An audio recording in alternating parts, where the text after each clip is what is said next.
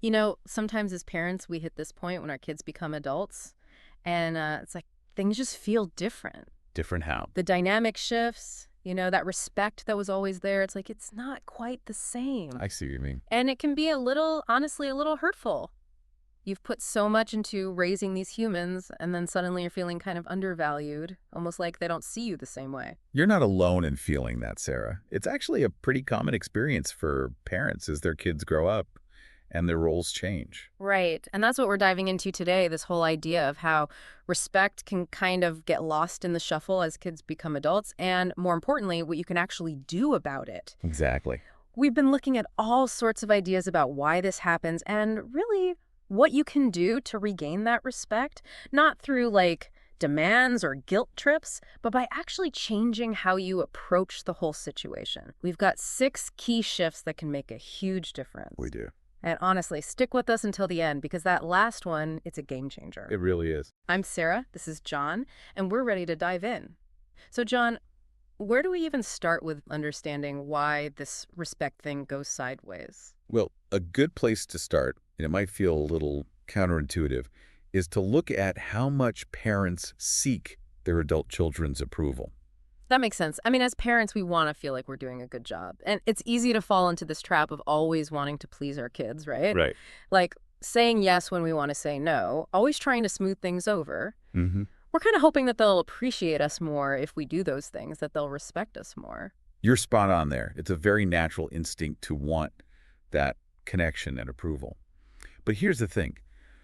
By doing all that accommodating, you might actually be decreasing the respect you get. Okay, how does that even work? You're being supportive, you're trying to be helpful, but it ends up backfiring. It's about the message it sends.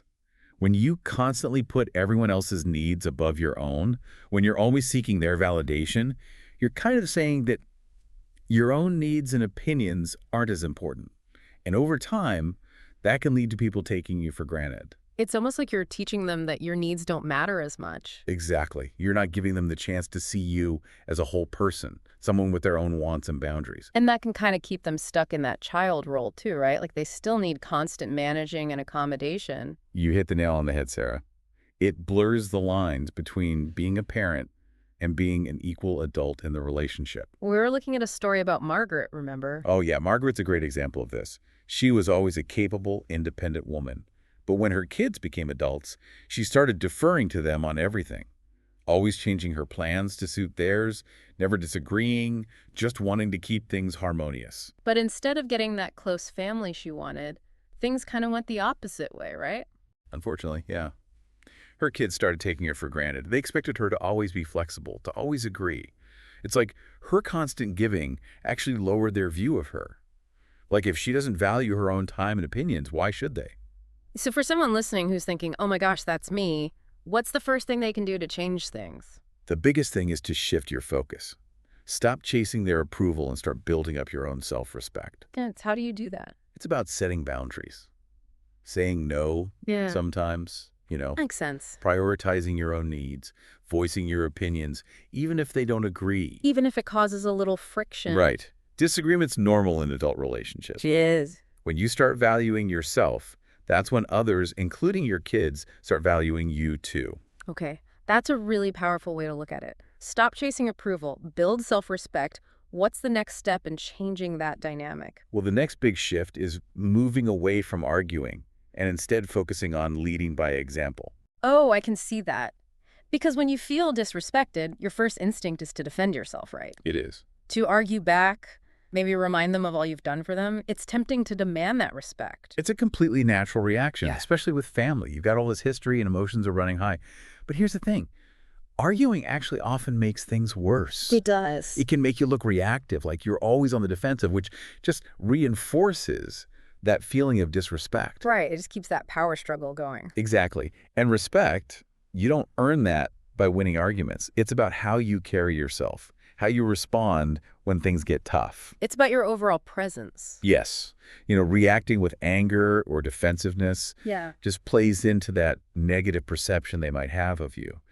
But if you stay calm, if you're self-assured, that can really change things. You're showing them a different way to be. We were talking about Frank earlier, the retired teacher. Oh, Frank. Yeah, he's a great example. He spent years leading a classroom, commanding respect. But with his adult kids, he felt completely dismissed. Like his experience didn't matter anymore. Exactly. And his first instinct was to argue back, to assert his authority, but that only made things worse. Because it put everyone on edge. It did. So he had this realization. Arguing wasn't working. So he changed his approach. He started really listening to his kids, even when he didn't agree. He'd respond calmly, offer his perspective without needing to be right, and he held himself with dignity, like I'm worthy of respect regardless of whether you agree with me. That's so powerful. And his kids started to notice. They saw that he wasn't getting sucked into those emotional battles. He was secure in himself. And slowly, things began to change. They started to see him in a new light. They did. So the takeaway here is you can't just tell people to respect you. You have to embody it yourself. Be the example. Exactly. Stay composed. Be confident in your opinions. And most importantly, don't stoop to their level if they're being disrespectful. When you lead with that grace and self-respect, it can be contagious. Love it. Okay, we've talked about not chasing approval, leading by example. What's the third big shift in this dynamic? This one can be tough, but it's so important. Withdrawing your emotional dependence on your adult children. I bet that's a hard one for a lot of parents. Your kids have been the center of your world for so long. It's like, how do you separate yourself emotionally? It's a very understandable feeling, Sarah. That parent-child bond is incredibly strong. But here's the thing. When your adult kids sense that you're relying on them for all your emotional needs, it can actually create distance. So even if it comes from a good place, that neediness can backfire. It can. When someone feels responsible for your happiness, for your emotional well-being, it can be a lot of pressure, and they might pull away to protect themselves. Because it feels like a burden. Exactly. It's not that they don't love you, but they need their own space to breathe.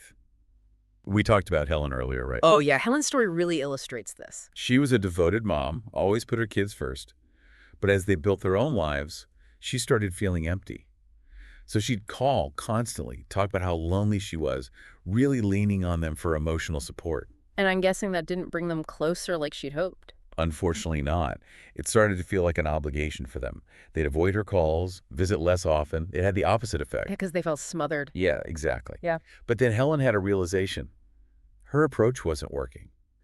So she started focusing on herself. She picked up old hobbies, reconnected with friends, found things that brought her joy outside of her kids. So she created a life for herself. She did, and guess what? Her kids started reaching out more. They genuinely wanted to spend time with her. They were interested in what she was doing. It went from obligation to real connection. That's amazing. So the key here is to build your own happiness, right? Find things that fulfill you outside of your kids. You got it. Invest in your friendships. Pursue your passions. When you show them that your happiness doesn't depend on them, they actually value you more. It's like you become more interesting to them. Exactly. Because you're a whole person, not just mom or dad. Okay, we're halfway through these 6 shifts. We've talked about not chasing approval, leading by example, and being emotionally independent. What's number 4? Number 4 is setting clear boundaries with your adult children. And just as importantly, sticking to them. That's good advice for any relationship, really, but especially when that parent-child dynamic is shifting. Absolutely. One reason kids might disrespect their parents is because, without realizing it, the parents haven't set any boundaries. If you let them get away with being dismissive, ignoring your feelings, interrupting you all the time, that's going to become the norm. So it's about deciding what you're willing to put up with. Yes. Setting boundaries isn't about being mean or cutting them off. It's about defining what's okay and what's not okay in your interactions. And then, here's the key. You have to enforce those boundaries consistently. Otherwise, they mean nothing. That makes sense. We heard about Robert, the businessman who had to learn this the hard way. Oh, yeah, Robert. He was used to being in charge, having people respect his authority. But his kids, constant interruptions, rolling their eyes at his opinions, even criticizing his lifestyle. Ouch. At first, he let it slide. Didn't want to cause a fuss. But that just made things worse, right? Exactly. It sent the message that it was okay to treat him that way. So he changed his approach. Next time his son interrupted, he calmly said, "Hold on, let me finish my thought, then I'll hear what you have to say." When his daughter was being sarcastic, he told her, "You don't have to agree, but I expect you to be courteous." Did they push back? Oh, at first, definitely. They were used to getting their way. But Robert stood his ground. He made it clear that if they couldn't be respectful, he'd end the conversation or cut the visit short. And eventually, they got the message. Because he was consistent. Exactly. They saw that he valued himself, that he expected respect, and they started behaving differently. That's a good reminder for all of us.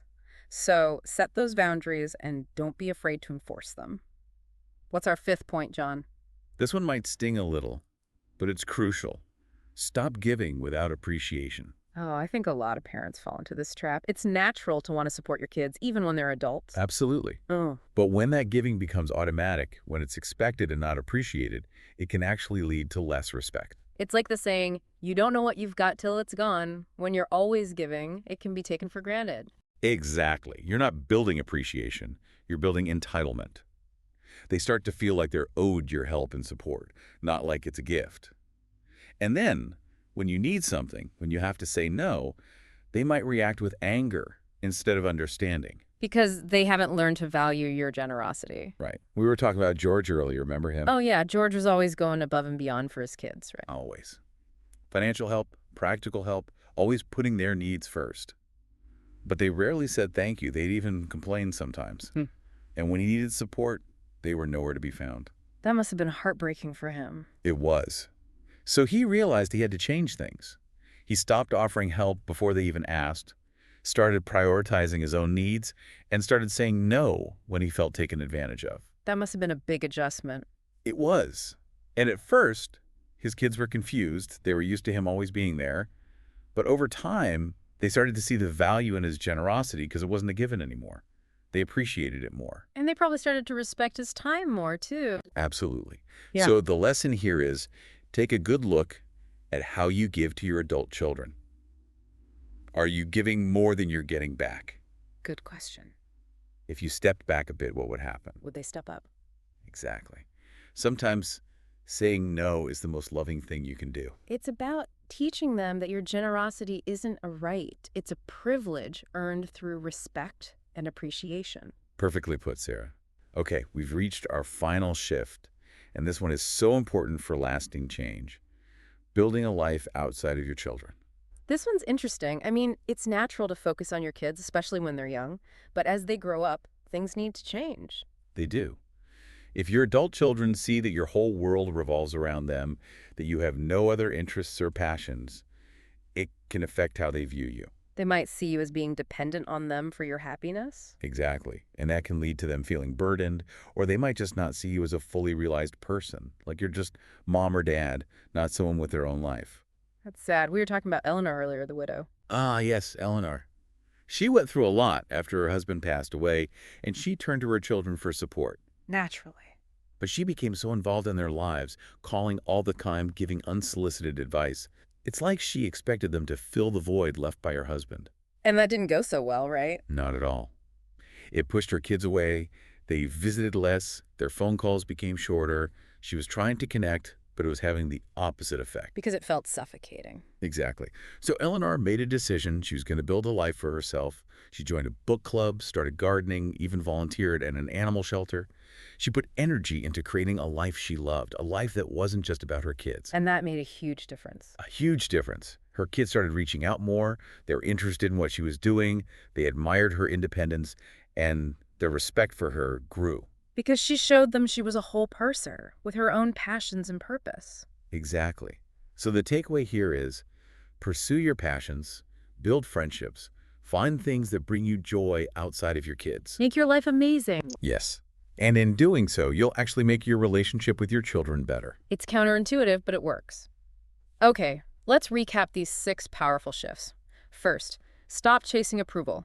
Build your own self-respect. Second, lead by example. Show them what respect looks like. Third, become emotionally independent. Find your own happiness. Fourth, set those boundaries and stick to them. Fifth, be mindful of giving without appreciation. And finally, build a life you love, a life that's not just about your kids. These 6 shifts are all about coming from a place of strength and self-worth. You can't force respect.